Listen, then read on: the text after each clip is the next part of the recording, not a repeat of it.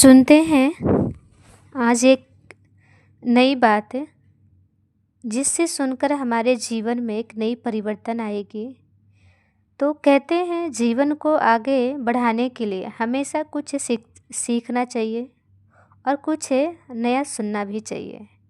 क्योंकि जो हम सुनते हैं, जो हम देखते हैं, जो हम बोलते हैं वही हमारे मन में चलता है। जैसा हमारे मन में चलता वैसे में हमारे मन की मनोबल स्थिति की स्मृति बनी रहती है। तो इसीलिए तो आज हम सीखते हैं कुछ एक नई बात है। कहते हैं कि जिस तरह सरोवर में कमल खिला बड़ा प्यारा लगता है, लेकिन कहते हैं वो कमल जो उसका जड़ है, जहाँ जिसमें वो रहता है वो कीचड़ से भरा है, वो कीचड़ में रहता है।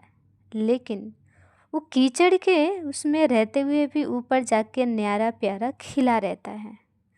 अगर उस पर कुछ पानी की छींटे भी पड़ जाएं या फिर उस पर कुछ कीचड़े के भी छींटा पड़ जाए तो वो फिसल कर ऐसे गिर जाते हैं।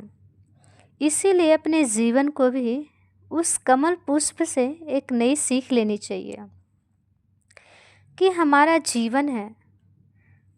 आप कई बार ऐसे माहौल में रहते हैं, ऐसे लोगों के बीच में रहते हैं जो हर वक्त आप पर कीचड़ उछालने की ही बात करते हैं, या फिर लोगों का बिहेवियर ठीक नहीं है, लोगों का जो नेचर है वो आपके प्रति बहुत निगेटिव है, या फिर वो आपके प्रति शुभ भावना नहीं रखना चाहते हैं।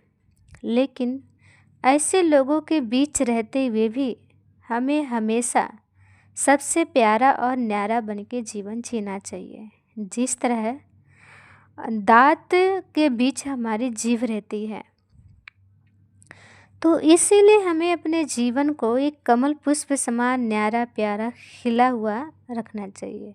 ये तभी होगा जब हम लोगों के दी हुई बातों को हम अपने अंदर ना रखें, सभी की बातों को इग्नोर कर दें। लोग लाख बातें, कड़वी बातें, बदनामी की बातों की छींटा मारेंगे, लेकिन अपने आप को इतना हम श्रेष्ठ बनाएं या फिर इतना महान बनाएं कि लोगों की फेंकी हुई कीचड़ भरी बातें, लोगों की मतलब जो उल्टे व्यवहार हैं वो सब हमसे फिसल के यानी कि ऐसे ही साइड हो जाए।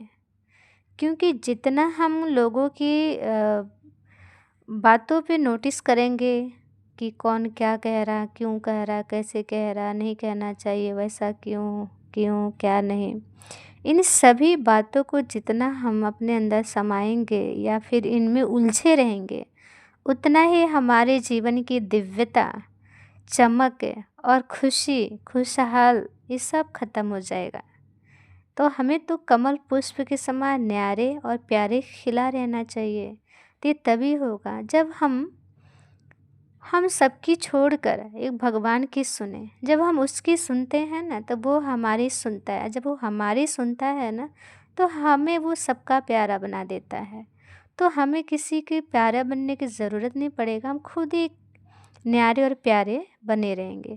तो इसलिए किसी से आप इतना नफ़रत मत कीजिए जो हम भगवान के प्यार के पात्र ना हो सके, और किसी से इतना प्यार भी मत कीजिए कि जब धोखा मिले तो जीवन का अंत का अनुभव हो, या फिर ऐसा हो कि भगवान भी हमारे दिल से निकल जाए, ऐसा ना हो।